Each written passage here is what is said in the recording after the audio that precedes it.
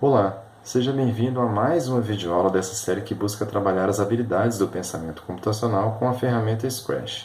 No vídeo de hoje, veremos como podemos controlar os atores utilizando o nosso teclado, como por exemplo, pressionando a seta para a direita e fazendo com que o ator se mova para a direita, ou pressionando a seta para a esquerda e fazer o ator se mover para o lado esquerdo. Mas antes, vamos voltar ao desafio deixado na aula anterior.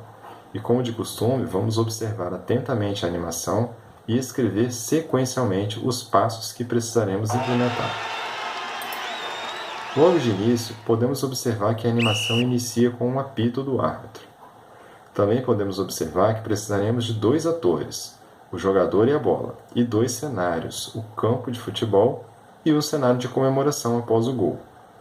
Podemos observar ainda que tanto o jogador quanto a bola iniciam a animação em uma posição específica na tela. Depois, precisaremos programar o jogador para correr até a bola. Já a bola, ela deve esperar que o jogador chegue até ela e então ela deve deslizar lentamente até o gol. E quando ela termina de deslizar, devemos ouvir o grito da torcida comemorando o gol. Depois será preciso esconder os atores e mudar de cenário, mostrando o cenário de comemoração. E aqui temos um detalhe importante. Já que o cenário foi modificado e os atores foram escondidos, precisamos voltar a mostrar os atores e exibir o cenário correto sempre que a animação reiniciar.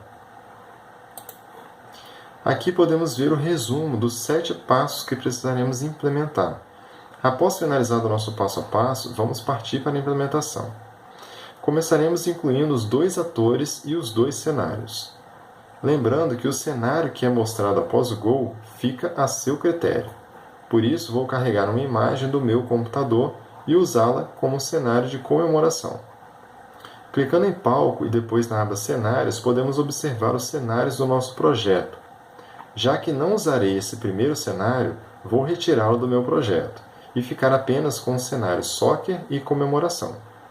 Como falamos anteriormente, ao término da animação, os atores serão escondidos e o cenário será modificado. Então, logo no início da animação, precisamos mostrar os atores e definir o cenário correto, que nesse caso é o campo de futebol, ou seja, o cenário de nome soccer. Vou diminuir um pouco o tamanho dos atores apenas para deixá-los mais proporcional ao meu cenário. Agora vamos posicionar os atores na posição inicial, usando para isso o bloco vá para x e y. Lembrando sempre de primeiro posicionar o ator na posição desejada e depois arrastar o bloco vá para x e y.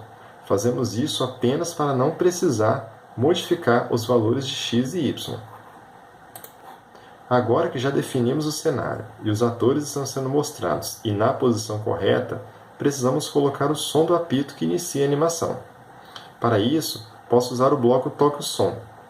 Mas em qual ator devo programar esse bloco? Será que eu preciso programar nos dois? Na verdade, não. Só precisamos programar esse bloco para um único ator. E vamos escolher o jogador, já que estaremos programando ele inicialmente. Agora precisamos fazer com que o ator corra até a bola. Podemos fazer isso de duas maneiras. Utilizando o bloco Mova, como fizemos para o fantasma voar na aula anterior, ou usando o bloco Deslize. Eu vou optar pela segunda opção, que é utilizar o bloco Deslize. Nesse caso, preciso que duas ações ocorram simultaneamente. Uma é deslizar, e a outra é fazer o ator trocar de fantasia. Então, preciso de dois eventos bandeira verde. Enquanto um fará com que o ator deslize, o outro fará com que ele troque de fantasia. Olhando as fantasias do jogador, podemos observar que só precisamos dessas duas primeiras. Afinal, ao intercalá-las, ao modificá-las rapidamente, temos a impressão de que o ator está correndo. Então, posso excluir essas duas últimas. Agora, só preciso programar a troca de fantasias. E como já fizemos em outras aulas, usaremos os blocos Repita, Próxima Fantasia e Espere. Vamos fazer um pequeno ajuste para que o ator termine de correr na posição de chute. E pronto. Com isso, já finalizamos a programação do jogador. Agora precisamos programar a bola. Sabemos que ela deve esperar até a chegada do jogador para então deslizar até o gol. Mas quanto tempo a bola deve esperar para se mover?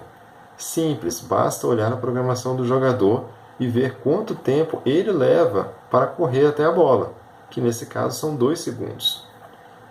Para fazer a bola se mover lentamente até o gol, podemos usar o bloco deslize. Em seguida, precisamos mudar o cenário, e fazemos isso usando o bloco mude para o cenário e escolhendo o cenário, que no meu caso é o cenário com o nome comemoração. Agora precisamos esconder os atores. Para isso, usamos o bloco esconda. Repare que no caso do jogador, ele possui 2 eventos bandeira verde. Em qual devo colocar o bloco esconda? Na verdade, tanto faz. Mas repare, se eu apenas colocar o bloco esconda aqui, assim que o jogador chegar até a bola, ele será escondido. E na verdade, ele só deve ser oculto quando ocorrer o gol. Então, eu preciso que ele espere alguns segundos antes de sair de cena. E quantos segundos ele deve esperar? O tempo que a bola leva para deslizar até o gol. Agora sim, está perfeito. E para finalizar, só resta a comemoração da torcida. E novamente vamos recorrer ao bloco Toque o Som. Também programarei esse bloco no ator jogador, já que esse som, por padrão, ele já está presente nesse ator. Prontinho, animação criada com sucesso. Repare que ao dividir o nosso problema em partes menores, conseguimos enxergar com mais clareza a solução. Pode ser que a princípio, quando você se deparou com um desafio, logo pensou que seria mais complicado criar essa animação. Mas ao dividir a tarefa em partes menores, a solução do nosso problema ficou mais clara. Por exemplo, eu posso não saber como criar toda a animação, mas eu sei como fazer para tocar o som do apito. Eu sei como fazer para esconder o jogador. Eu sei como trocar o cenário. Então, tudo o que precisamos fazer foi dividir a animação, a nossa tarefa, em partes menores e implementar cada uma dessas partes. Quando terminamos de implementar todas elas, nós tínhamos a animação criada. Agora você já está quase pronto para o próximo desafio, mas antes vou apresentar a você alguns novos blocos. Até o momento, utilizamos apenas o bloco de evento quando bandeira verde for pressionada. Agora iremos utilizar também um outro evento, chamado quando a tecla for pressionada. Como o nome diz, esse bloco dispara uma ação sempre que uma tecla é pressionada. Por exemplo, se quero fazer o meu fantasma levantar os braços e gritar toda vez que eu pressionar a tecla X, posso programá-lo dessa forma. Com isso, uma ação será disparada a partir de uma tecla pressionada no meu teclado. Existem várias opções de teclas que podem ser escolhidas, e podemos programar diferentes ações para um mesmo ator. Por exemplo, quero que, além dele gritar, eu quero fazer com que ele se mova para a direita quando a seta para a direita for pressionada. E que vá para a esquerda quando a seta para a esquerda for pressionada no meu teclado. Opa! Por que o meu fantasma continuou se movendo para a direita, mesmo quando eu pressionei a tecla seta para a esquerda no meu teclado? Isso ocorre porque, por padrão, sempre que usamos o bloco mova, os atores se movem para o ângulo de 90 graus, ou seja, para a direita. Porém, podemos mudar esse ângulo, essa direção, de forma muito simples. Basta usar esse bloco, aponte para a direção, antes do bloco mova. Dessa forma, dizemos antes ao ator em qual direção ele irá se mover. E para que ele não fique de cabeça para baixo, basta selecionar essa opção, direita/esquerda. O segundo e último bloco que conheceremos hoje é o bloco Se Tocar na Borda, Volte. Como seu próprio nome sugere, esse bloco permite que o ator mude de direção automaticamente ao tocar na borda da tela.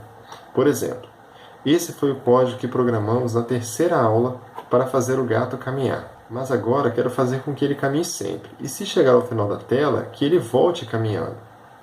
E eu quero que esse movimento ocorra sempre, continuamente. Podemos fazer isso de forma simples, só precisamos substituir o repita pelo sempre, já que o meu gato deve se mover constantemente. E usar o bloco Se Tocar na Borda, Volte. E para que ele não fique de cabeça para baixo, é só selecionar a opção direita/esquerda. Viu como é simples?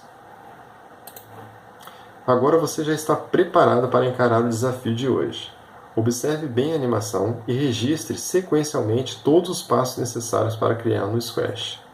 Aqui nessa animação, é preciso dizer que o mergulhador está sendo controlado pelo usuário, através das setas direcionais do teclado, seta para cima, para baixo, para a direita e para a esquerda. Procure observar comportamentos padrões. Isso irá te ajudar a entender o que deve ser implementado.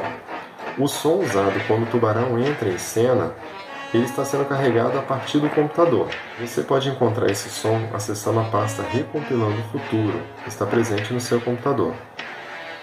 Após o registro de todos os passos, você deve tentar construir essa animação no Scratch. No nosso próximo encontro, veremos se você consegue completar mais esse desafio. Então, até lá!